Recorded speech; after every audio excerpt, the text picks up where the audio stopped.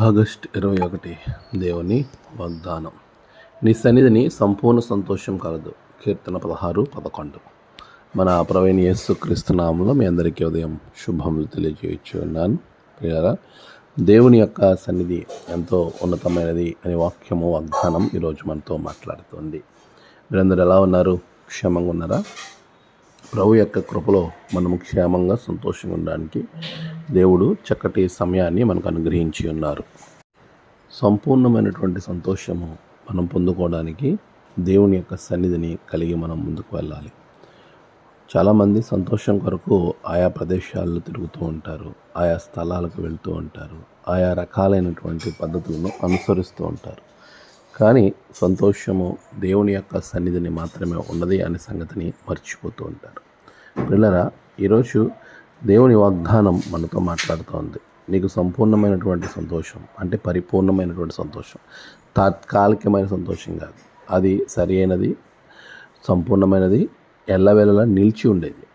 మన ఈ లోకరీతంగా కలిగే సంతోషాలు కొద్ది కాలం ఉంటాయి, కొంతసేపు ఉంటాయి. తర్వాత ఆ సంతోషము మనము తిరిగి మళ్ళీ పొందుకోగలడానికి ఆయా ప్రయత్నాలు చేస్తూ ఉంటాం.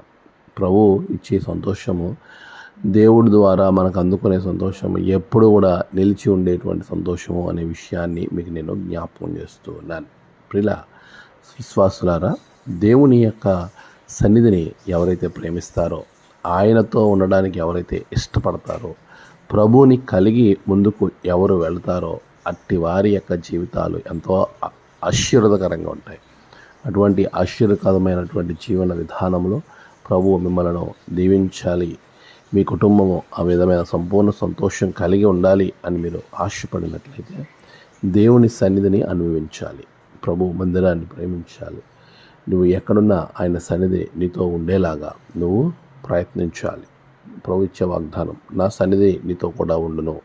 అలాగున ఆయన సన్నిధి మనతో ఉన్నప్పుడు, ఆయన సన్నిధిలో మనం ఉండగలిగినప్పుడు, ఆయన సన్నిధిని అనుభవించగలిగినప్పుడు సంపూర్ణమైనటువంటి సంతోషాన్ని నువ్వు పొందుకోగలుగుతావు. అట్టి కృప ప్రభు మీకు అనుగ్రహించునుగాక. ఆమేన్.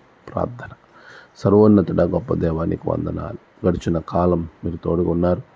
ఈ నూతనమైన దినం నిబిడల జీవితంలో గొప్ప కార్యాలు జరిగించి సంపూర్ణ సంతోషము నిబిడలకు దయచేయండి. నేడు వారి ప్రయాణాలు, పనులు, తలపెట్టిన కార్యాలన్నింటిలో కూడా విజయాలు దయచేయండి. నేడు జన్మదినము, వివాహదినము, ఆయా విశేష దినములు జరుపుకున్న బిడ్డలను బహుగా దీవించండి. తమ ప్రియులు కోల్పోయి ఆదరణ కొరకు ఎదురు చూస్తున్న బిడ్డలకు ఆదరణ దయచేసి ఈ దినదినములతో నింపమని యేసు నామమున ప్రార్థించి వేడుకొంచున్నాం తండ్రి.